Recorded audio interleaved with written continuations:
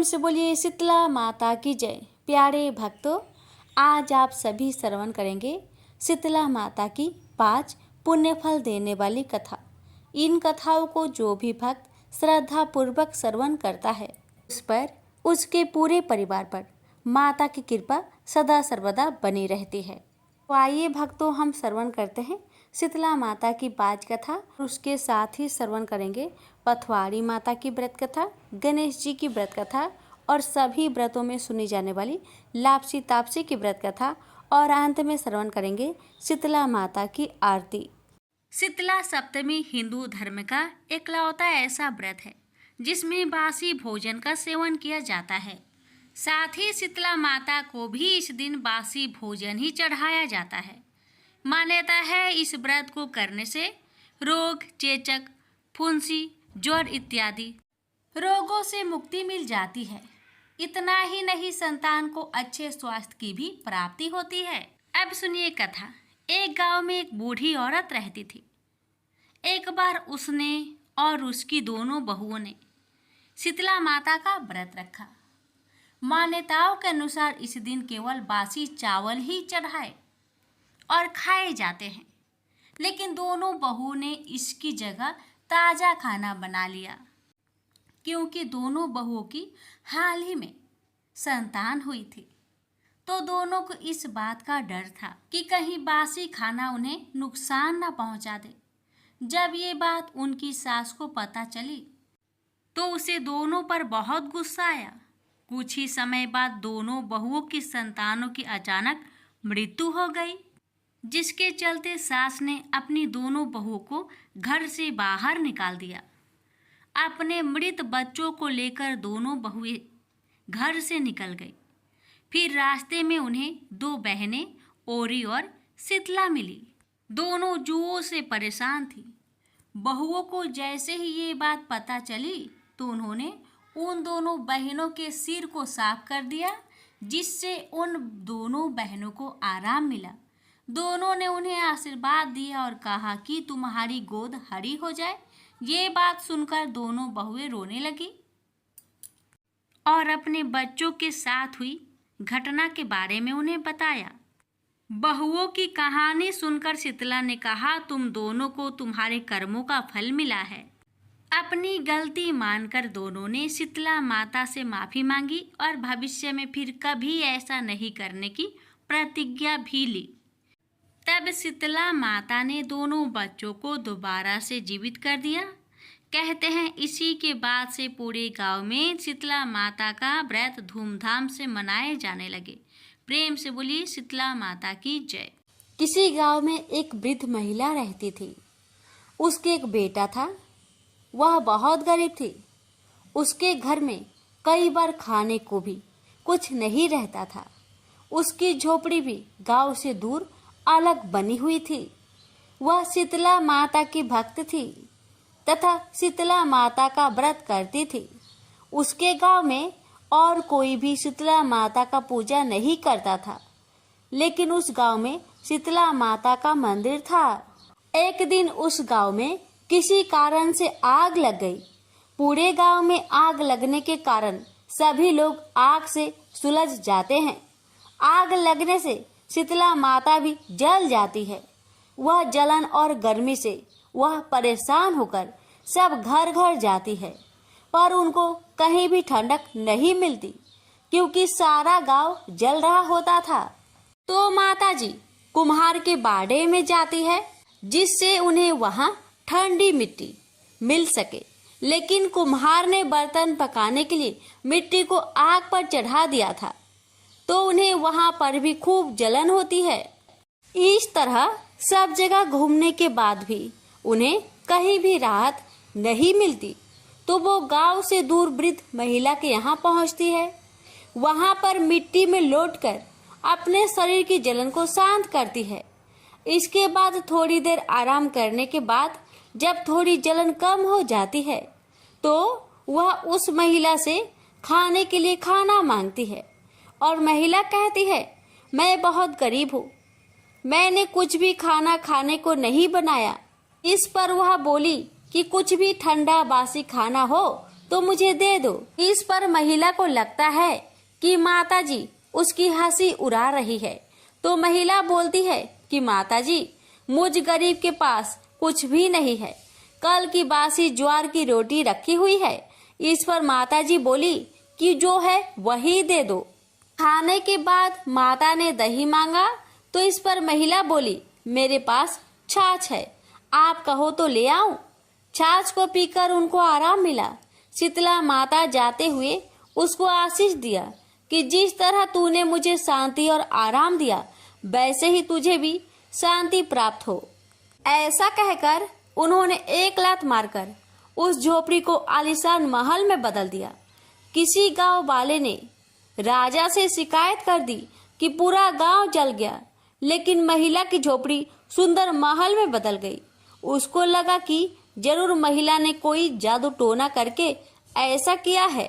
ऐसा सुनकर राजा ने महिला को अपने दरबार में बुलाया और पूछा कि जब सारा गांव जल गया तो तेरी झोपड़ी कैसे बच गई और महल कैसे बन गई, बता तूने क्या किया। तो वो वृद्ध महिला हाथ जोड़कर बोलती कि महाराज, मैंने तो कुछ नहीं किया।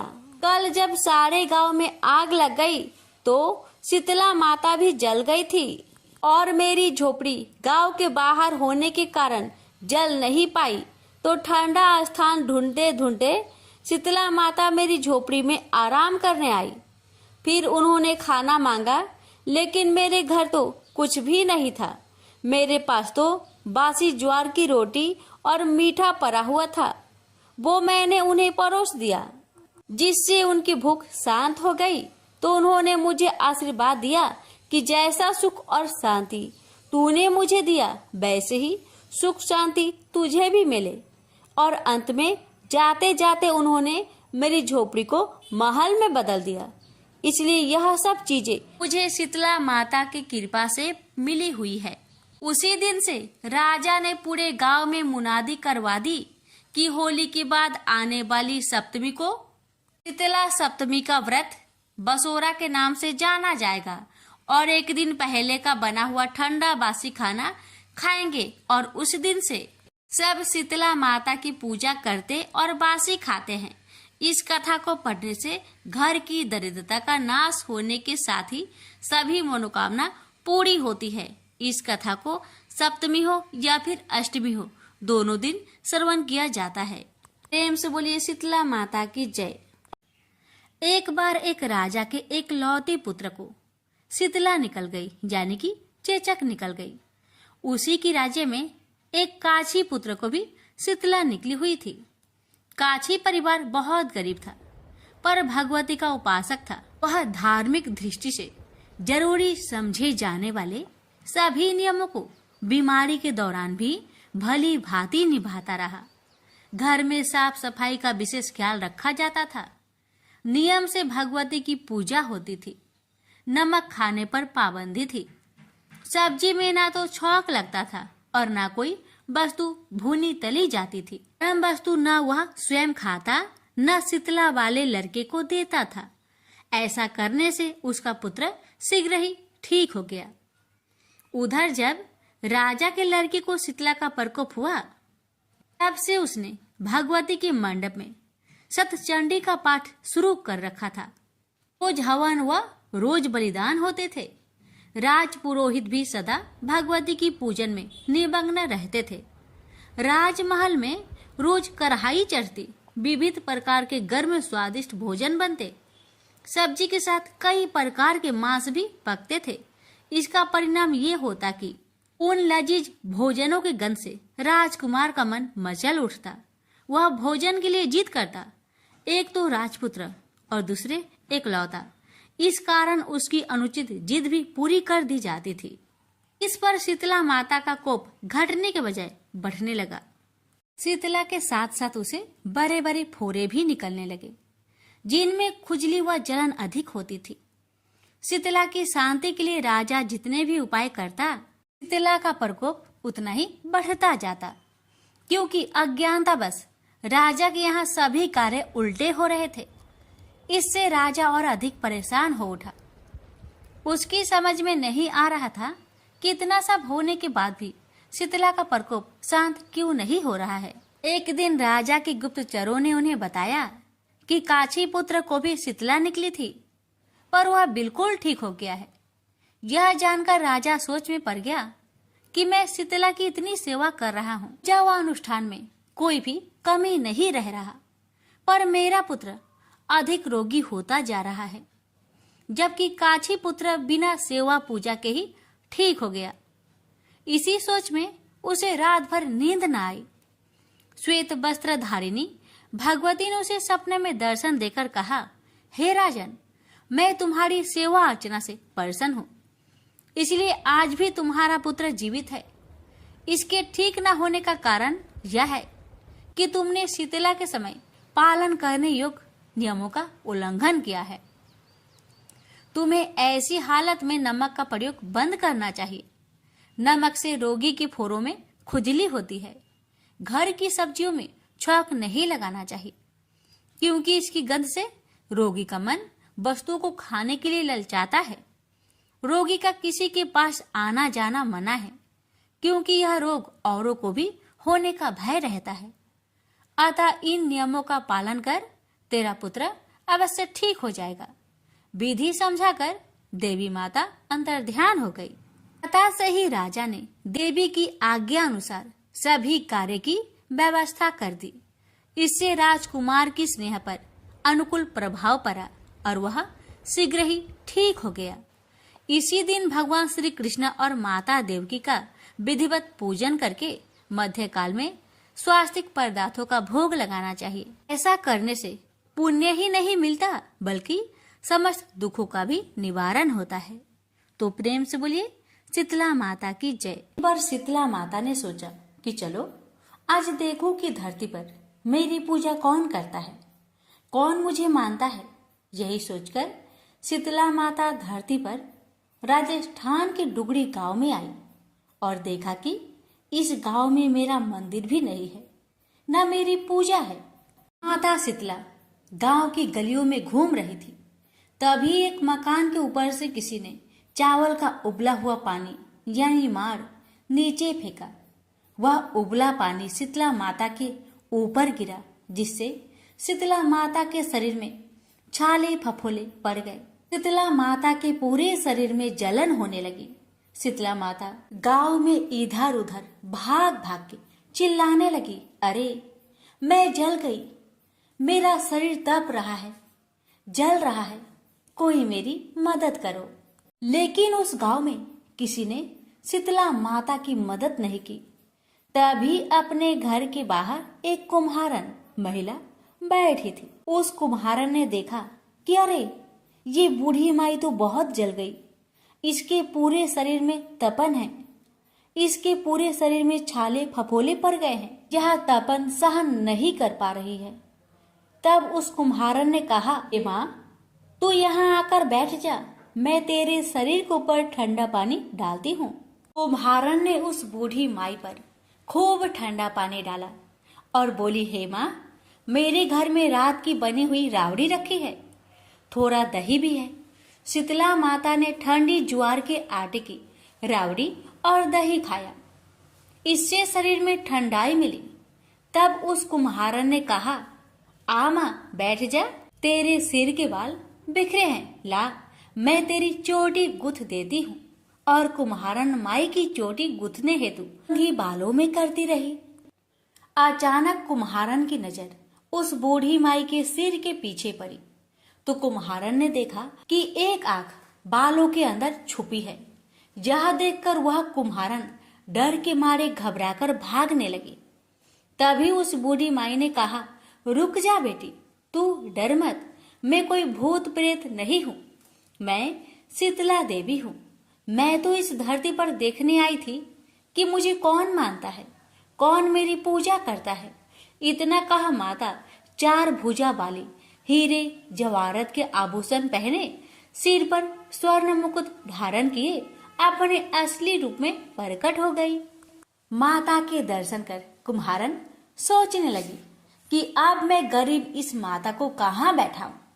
तब माता बोली, हे बेटी तू किस सोच में पड़ गई, तब उस कुम्हारन ने हाथ जोड़कर आंखों में आंसू बहाते हुए कहा, हे माँ, मेरे घर में तो चारों तरफ दरिद्रता है, बिखरी हुई है। मैं आपको कहाँ बैठाऊं? मेरे घर में ना तो चौकी है, ना बैठने का आसन। तब शीतला माता प्रसन्न होकर उस कुम्हारन के घर पर खड़ी हुई।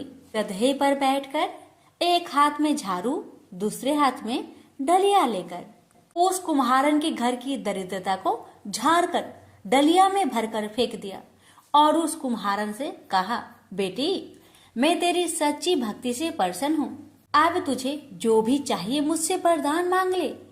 तब कुम्हारन ने हाथ जोड़कर कहा, हे माता, मेरी इच्छा है अब आप इसी डुगड़ी गांव में स्थापित होकर यहीं रहो और जिस प्रकार आपने मेरे घर की दरिद्रता को अपनी झाड़ू से साफ कर दूर किया, ऐसे ही आपको जो भी होली की बात की, सप्तमी को भक्ति भाव से पूजा कर आपकी ठंडा जल, दही व बासी ठंडा भोजन चढ़ाए, उसके घर की दरिद्रता को साफ करना और आपकी पूजा करने वाली नारी जाति का अखंड सुहाग रखना, उसकी गोद हमेशा भरी रखना।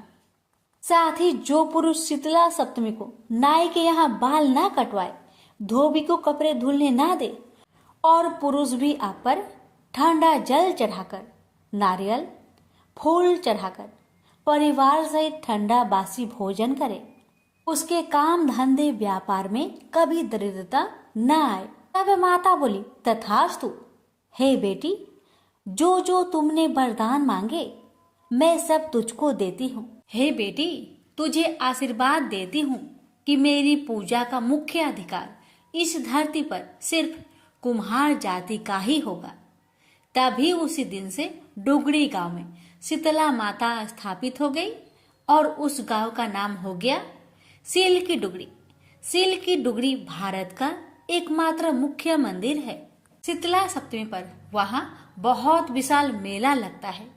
इस कथा को पढ़ने से या श्रवण करने से दरिद्रता का नाश होने के साथ सभी मनोकामनाएं पूरी होती है।